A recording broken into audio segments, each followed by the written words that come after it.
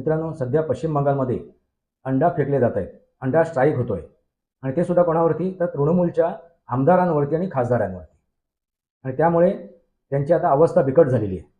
जी काय षडयंत्र रचली जात आहेत, मग ते राम मंदिराच्या नावाने असो किंवा नीट परीक्षेच्या नावाने असो, युवकांना भडकवणे, माती भडकवणं, ह्या संदर्भात जे काय चालू आहे, त्यानंतर जर तो युवक रस्त्यावर उतरला, त्यांनी जर अंडाफेक केली, त्याने कुसलेले टोमॅटो जर फेकले, तर ही गोष्ट आपण नाकारू शकत नाही.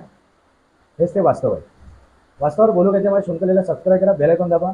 माझे विचार पडेल लाईक करा, आपले विचार कमेंट बॉक्समध्ये मांडा. can be recognized, you can be identified. এখন আমি কি করব? আমি তো এফআইআর করব।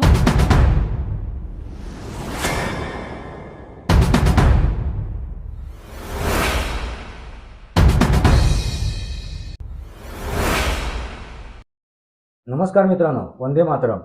वास्तवावर बोलू काहीतरी शृंखलेमध्ये पुन्हा एकदा आपलं स्वागत. मी आपला मित्र राजेश वासंती साबाजी केळुसकर. मित्रांनो, सध्या पश्चिम बंगालमध्ये अंडा फेकले जात आहेत. अंडा स्ट्राईक होतोय आणि ते सुद्धा कोणावरती? तर तृणमूलच्या आमदारांवरती आणि खासदारांवरती. आणि त्यामुळे त्यांची आता अवस्था बिकट झालेली आहे. आता मित्रांनो, ही गोष्ट पहिली चुकीची आहे, कारण आपण एखाद्यावरती असं काही आक्रमण करणं किंवा एखाद्याचं स्वातंत्र्य हिरावून घेणं हे चुकीची गोष्ट आहे. तरीसुद्धा एक गोष्ट का घडते, ह्याला कारण काय आहे हे सुद्धा समजून घेणं आवश्यक आहे. ती गोष्ट आपण समजून घेऊया. हा व्हिडिओ पूर्णपणे पहा, म्हणजे तुमच्या लक्षात येईल मला काय सांगायचं आहे. मित्रांनो, महत्त्वाची गोष्ट, आता हा विषय मी तुमच्यासमोर का मांडतोय, कारण ह्या अगोदरसुद्धा अभिषेक बॅनर्जी यांवरती अंडाफेक झालेला आहे. अनेक आमदारांवरती, खासदारांवरती अंडाफेक झालेला आहे. मग आज हा विषय मी मांडतोय, त्यावेळेला आणखीन एक घटना घडली. ती म्हणजे खासदार संसद महुआ मोइत्रा यांच्यावरती अंडाफेक करण्यात आली. ती आपल्या कार्यालयामध्ये, म्हणजे तृणमूल काँग्रेसच्या कार्यालयामध्ये एक मीटिंग घेत होती. एक सभा तिने बोलवली होती आणि त्या दरम्यान रस्त्यावरून अंडाफेक करण्यात आला, अंडा स्ट्राईक करण्यात आला. मित्रांनो, ह्यापूर्वी तुम्ही काश्मीरमध्ये, जम्मू काश्मीरमध्ये दगडफेक ऐकली असेल किंवा बॉम्बफेक ऐकली असेल, पण आता बॉम्बफेक किंवा दगडफेक होत नाही आहे, तर ती अंडाफेक होते किंवा टॉमॅटो फेक होते किंवा ते सडलेले वांगी फेक होते. तरीसुद्धा या महुआ मोइत्रा यांनी सांगितलं की माझ्यावर अंडाफेक आणि दगडफेक झाली. मित्रांनो, दगडफेक ही गोष्ट साफ चुकीची आहे, खोटी आहे. कारण जर दगडफेक झाली असती तर एखाद्या त्या इमारतीच्या ज्या तावदान आहेत, झडपं आहेत, ती काचीची होती. जर दगडफेक झाली असती तर एखादं तावदान फुटलं असतं, कारण नेम धरून त्या खिडकीतून आतमध्ये कोण दगड फेकलेले नाही आहेत. जशी अंडीसुद्धा इतरसुद्धा ठिकाणी आपटलेली आहेत, त्या इमारतीवर सुद्धा आपटली आहे, त्या तावदानावरती सुद्धा आपटली आहे. मग तसं एखादा दगडसुद्धा तावदानावरती आपटून ती काच फुटली असती. त्यामुळे ही जी गोष्ट तिने केली, आरोप केला की दगडफेक झाली, ही गोष्ट साफ चुकीची आहे, खोटी आहे. आता अंडाफेक झाली आणि हे भारतीय जनता पार्टीच्या कार्यकर्त्यांनी केली असं ती म्हणते. असू शकते आणि असायला हवं. कारण का मी असायला हवं का म्हणतोय? कारण भारतीय जनता पार्टीच्या कार्यकर्त्यांवरती जे काय अत्याचार करण्यात आले त्याची ही प्रतिक्रिया आहे. पण त्यावेळी जे अत्याचार झाले त्या बॉम्बने, गोळ्यांनी, दगडांनी झालेले आहेत, त्यांची हत्या करण्यात आलेली आहे. इतक्या स्तराला तरी भारतीय जनता पार्टीचे कार्यकर्ते गेलेले नाही आहेत. असं म्हटलं जाते आहे की फक्त भारतीय जनता पार्टीचे कार्यकर्तेच अंडाफेक करतायत का? नाही मित्रांनो, सामान्य जनतासुद्धा अंडाफेक करते. अगदी त्यांचा समाचार घेते आणि चोर चोर म्हणून घोषणासुद्धा देत आहे. ममता बॅनर्जी ज्यावेळी बाहेर पडते त्यावेळी तिलासुद्धा त्या चोर चोर म्हणून त्या शब्दाची, त्या घोषणेचे स्वागत करावं लागते. ही अवस्था या पश्चिम बंगालमध्ये आहे. मित्रांनो, ही वेळ का आली, ही वेळ कोणी आणली, ही परिस्थिती का आली आणि जनता उत्स्फूर्त विरोध करते? फक्त कार्यकर्ते विरोध करतायत का, की समर्थक विरोध करतायत का? नाही, सामान्य जनतासुद्धा विरोध करते. कारण भारत स्वातंत्र्यानंतर त्यांनी पहिल्यांदाच हे स्वातंत्र्य उपभोगत आहेत. कारण यापूर्वी CPMचं 30 वर्षाचं राज्य, त्याच्यानंतर काँग्रेसचं 25 वर्षाचं राज्य त्या पश्चिम बंगालवरती, आणि त्यानंतर तृणमूल काँग्रेसचं 15 वर्षाचं राज्य. ह्या राज्यामध्ये, त्यांच्या सरकारामध्ये तिथल्या जनतेने फक्त आणि फक्त कारावासच भोगला होता. कारण ते त्यांच्या विरोधात बोलू शकत नव्हते.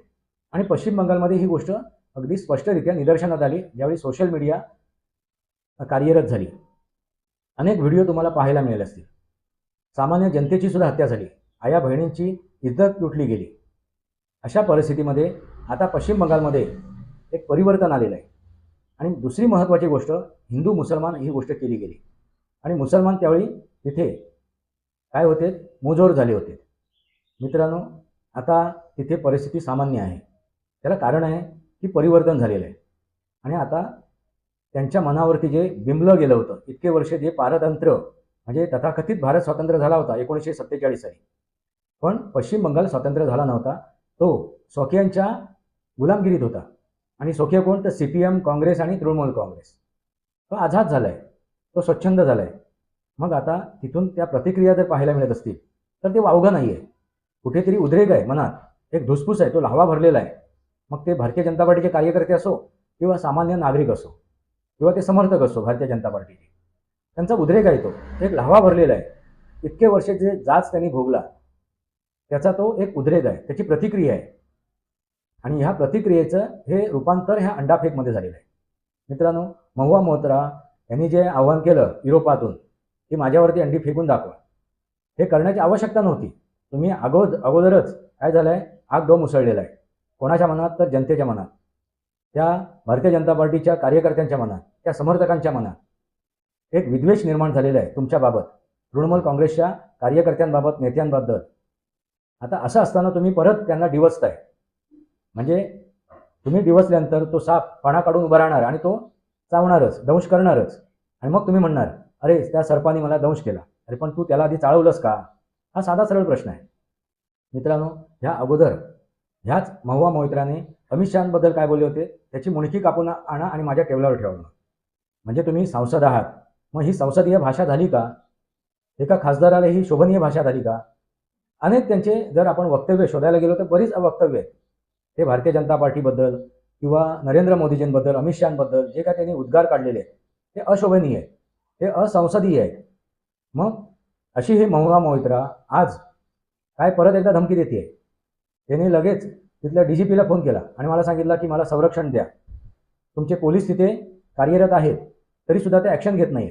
पण हीच महुआ मोइत्रा ज्यावेळी तिला प्रश्न विचारण्यात आला की तुमचे तृणमूल काँग्रेसचे जे कार्यकर्ते आहेत किंवा नेते आहेत आणि त्या काळामध्ये असलेले पोलीस हे जनतेच्या विरोधात किंवा भारतीय जनता पार्टीच्या विरोधात जे काय गोष्टी करतायत त्यावरती तुम्ही गप्प काय? मग त्यावेळी या महुआ मोइत्रांनी काय उत्तर दिलं होतं की सामान्य गोष्ट आहे, ही गोष्ट होतच राहणार, त्यांची प्रतिक्रिया येणारच. म्हणजे त्याला ती सामान्यच म्हणते. म्हणजे ज्यावेळी भारतीय जनता पार्टीचे कार्यकर्ते मारले जात होतात, त्यांची हत्या होत होती, त्यावेळी त्यांनी ती सामान्य गोष्ट म्हटली. याचा अर्थ लक्षात घ्या मित्रांनो. आता फक्त अंडी फेकली जात आहेत, त्यांची हत्या नाही झाली आहे किंवा त्यांच्यावरती प्राणघातक हल्ला झालेला नाही आहे. आणि हीच महुआ मोइत्रा ज्या वेळेला भारतीय जनता पार्टीच्या कार्यकर्त्यांवरती, तिथल्या नागरिकांवरती जो हल्ला होत होता, हत्या होत होती, त्यावेळी त्यांनी त्याला सामान्य गोष्ट म्हणून त्याच्यावरती पांघरून टाकली होती. ह्या ही संसदपट्टू, संसदेमध्ये सुद्धा तिची विधानं तुम्ही ऐका, काय भाषा आहे तिची. एक संसद म्हणून असंसदीय तिची ही भाषा आहे. अशी ह्या महुआ मोइत्रा. मग मित्रांनो सांगा, या महुआ मोइत्र्यावरती अंडाफेक झाली ती चुकीची आहे का? पूर्णपणे चुकीची आहे का? त्याला 100% तुम्ही नाकारू शकता का? नाही मित्रांनो, तुम्ही ह्या गोष्टीला 100% नाकारू शकत नाही. कारण ही क्रियेला प्रतिक्रिया आहे. जे भोगलं त्या पश्चिम बंगालच्या जनतेने, त्या भारतीय जनता पार्टीच्या कार्यकर्त्याने, त्याच्या ह्या क्रियेला, त्या भोगण्याच्या क्रियेला ही प्रतिक्रिया आहे. त्यामुळे याला आपण 100% नाकारू शकत नाही. आता हे सहन करावं लागणार. त्या तृणमूल काँग्रेसच्या संसद जे आहेत किंवा विधायक आहेत त्यांना, आमदारांना, खासदारांना ते सहन करावं लागणार. पण ही प्रतिक्रिया आहे. आपण त्याला आपण योग्य म्हणत नाही आहे. ते जर न्यायाचा विचार केला, आपण जर कायद्याचा विचार केला तर ते बेकायदेशीर आहे. कोणाचाही स्वातंत्र्य हिरावून घेणं हे बेकायदेशीर आहे. पण ज्या